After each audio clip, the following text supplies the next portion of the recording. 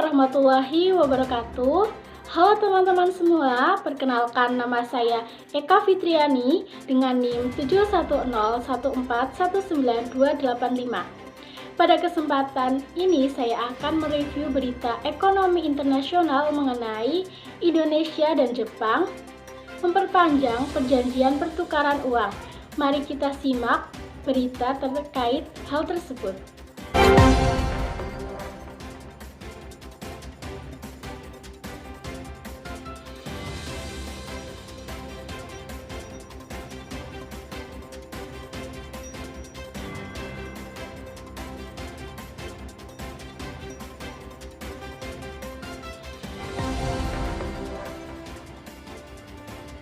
Bank Indonesia BI dan Bank Sentral Jepang Bank of Japan yang bertindak sebagai agen Kementerian Keuangan Jepang menandatangani perjanjian kerjasama bilateral swap arrangement atau BSA. Perjanjian ini berlaku efektif pada hari Kamis 14 Oktober 2021. Sebagaimana perjanjian sebelumnya, kerjasama ini memungkinkan Indonesia untuk melakukan swap mata uang rupiah dengan dolar Amerika Serikat atau yen Jepang dengan nilai fasilitas swap yang sama, yaitu sampai dengan 22,76 miliar US dollar atau nilai yang setara dalam yen Jepang. Grup Departemen Komunikasi Bank Indonesia Muhammad Nur dalam keterangan resmi menjelaskan perpanjangan kerjasama BSA kedua negara juga sekaligus memperhatikan keselarasannya dengan amandemen pada perjanjian Chiang Mai Initiative Multilateralization atau CMIM. Sebagai catatan, CMIM merupakan inisiatif kerjasama keuangan regional di antara negara-negara ASEAN Plus 3 dalam bentuk fasilitas dukungan likuiditas bagi negara anggota bagian jaringan pengamanan keuangan negara-negara dimaksud. Indonesia dan Jepang memandang perpanjangan BSA dapat semakin memperkuat kerjasama keuangan kedua negara dalam menyediakan jaringan pengamanan yang diharapkan dapat berkontribusi pada stabilitas keuangan di tingkat regional dan global.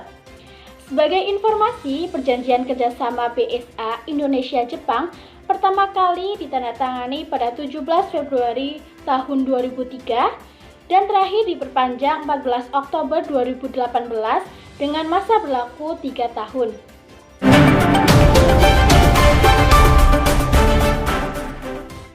Berikut merupakan ilustrasi kerjasama perjanjian bilateral swap arrangement antara Indonesia dengan Jepang. Bank Indonesia atau BI dan Kementerian Keuangan Jepang JMOF menyepakati penguatan kerjasama penyelesaian transaksi dengan mata uang lokal atau LCS antara kedua negara dalam rupiah yen. Kepala Departemen Komunikasi Bank Indonesia Erwin Haryono menyampaikan bahwa penguatan yang dimaksud adalah melonggarkan aturan transaksi falas dalam kerangka penyelesaian transaksi bilateral kedua negara dengan rupiah yen. Pelonggaran aturan tersebut mencakup perluasan instrumen lindung nilai, pelaksanaan lindung nilai atau dasar proyeksi perdagangan dan investasi, peningkatan fleksibilitas transfer dan rekening IDR di Jepang, dan peningkatan threshold nilai transaksi tanpa dokumen underlying sampai dengan 500.000 US dollar per transaksi. Penguatan kerangka kerjasama yang berlaku efektif 5 Agustus 2021 merupakan bagian dari upaya berkelanjutan untuk mendorong perdagangan dan investasi serta memperkuat stabilitas makroekonomi dengan mendorong menggunakan mata uang lokal yang lebih luas untuk menyelesaikan perdagangan dan investasi langsung antara Indonesia dan Jepang.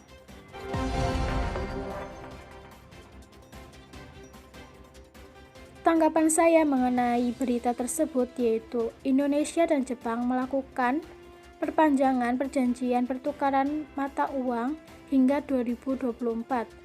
Indonesia telah melakukan berbagai kerjasama mata uang lokal dengan beberapa negara seperti China, Jepang, Malaysia, dan Thailand dalam transaksi perdagangan maupun investasi. Menurut saya, kerjasama tersebut adalah suatu hal yang baik atau suatu hal yang bagus untuk Indonesia. Karena tujuan dari kerjasama tersebut adalah untuk mengurangi ketergantungan terhadap mata uang dolar Amerika Serikat sebagai penyelesaian transaksi, khususnya transaksi perdagangan. Tujuan lainnya yaitu diharapkan adanya efisiensi biaya transaksi, sebab selama ini minimal selalu ada 2 konversi dalam transaksi. Yang ketiga, dalam sehari-hari adalah pergerakan nilai rupiah terhadap dolar Amerika Serikat dan pergerakan yang menjadi fokus perhatian selalu mata uang dolar Amerika Serikat. Tujuan yang keempat yaitu adalah pengembangan dan pertimbangan mata uang di luar dolar Amerika Serikat yang selama ini menjadi mata uang yang kontribusinya atau komposisinya di dalam pencatatan seperti neraca pembayaran yang dilakukan oleh Bank Indonesia atau BI sangat besar porsinya. Manfaat dari kerjasama tersebut juga sebagai portofolio investasi mata uang lokal bagi negara yang menjadi mitra dagangannya.